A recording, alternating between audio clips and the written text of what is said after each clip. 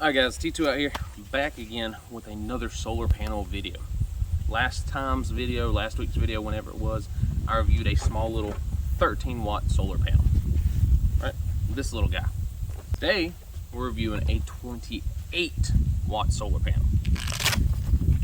So much bigger, much thicker. Maybe it'll work better, maybe it'll work faster. It is, obviously, double the size of the 13-watt panel. Makes sense. So the question is, will a 28-watt panel outperform a 13-watt panel, or do numbers not matter? Because if this panel is as big, bulky, and heavy as it is, doesn't do any better than a smaller panel, why carry a big panel? Let's go review the Big Blue 28-watt solar charger, and let's see how well it does in a test. This one has an ammeter. So what it does is it will tell you how many amps your device is producing, which is convenient.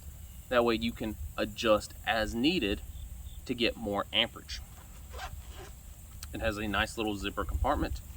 It comes with some instructions. It comes with a USB-A charger and 4 carabiners with Big Blue on them.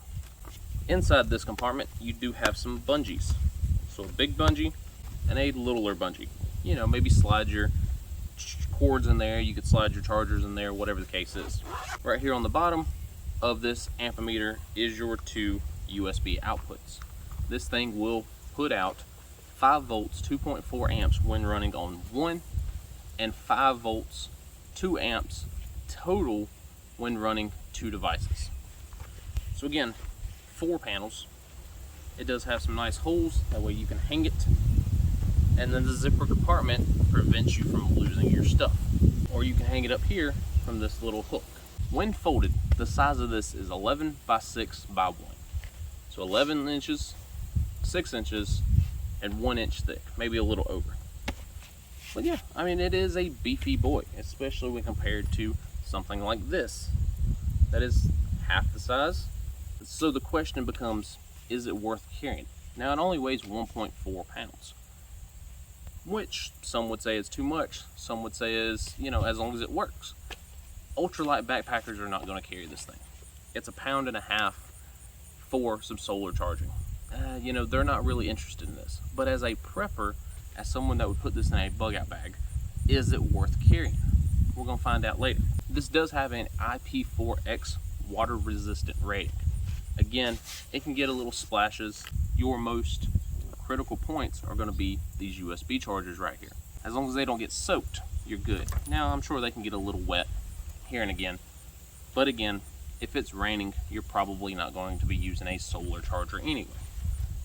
If the clouds do come over, though, and a little bit puts down, well, this will be all right. So the panel I reviewed last week was about 40 bucks. Again, half the size. This one, when not on sale, is close to $70, almost $80. So will it outbeat the 13-watt panel? Will it beat out the flatness? Will it beat out the 1/2 pound of weight? And the kickstand, or is 28 just a number that they put on there?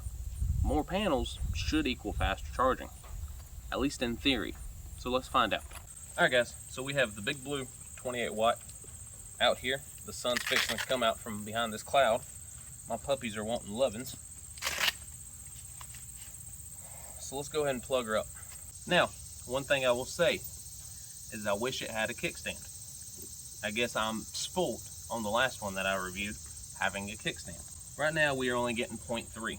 The sun is not out as good as it should be. And when the sun is blocked by the clouds, that puts my phone from 80% to 100% in 3 hours. So yeah, this is going to take forever.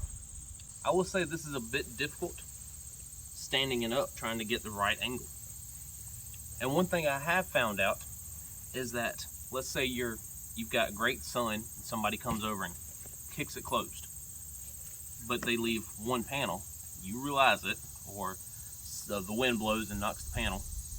Whenever you open it completely, it will automatically reset. So it'll give it some time, and then it's going to automatically bump back up to the maximum availability. It does take about 20 to 30 to 40 seconds, but then it'll go back from a slow charge to a faster charge.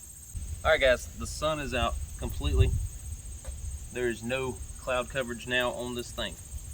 So, let's see how fast my phone will take the charge. It's saying 36 minutes from 80%. So exactly the same as the 13 watt. So what this means is we're gonna have to do more testing on all of the panels that I have to see if the numbers even matter. We're getting 1.2 amps according to this device. Now again, 35 minutes from 80%. The number hasn't changed at all. So 28 watts carrying the extra weight really isn't helping me. So let's go over final pros and cons for the 28 watt Big Blue solar charger. Number one, it is 28 watts. We're gonna do some further testing to find out just how fast these things will recharge. I'll put all the panels I have on a table and we'll go from there. One pro, if it can charge faster, well, it's not doing it right now, but if it can, that's great. But again, right now, it's the same as the 13 watt. Another pro, I do like having this little pouch, and I do like having this meter reader. That way you can finagle the correct angle to get better charging. 2 USBs on this thing to charge 2 devices at a time is great. Again, if we can get it to charge faster. Cons, no kickstand. I am envious of the other one with the kickstand. Having to find a rock or something to set this thing up when it's charging, well, that kind of sucks. You might not have that option, and if you lay it flat, you don't get the right angles.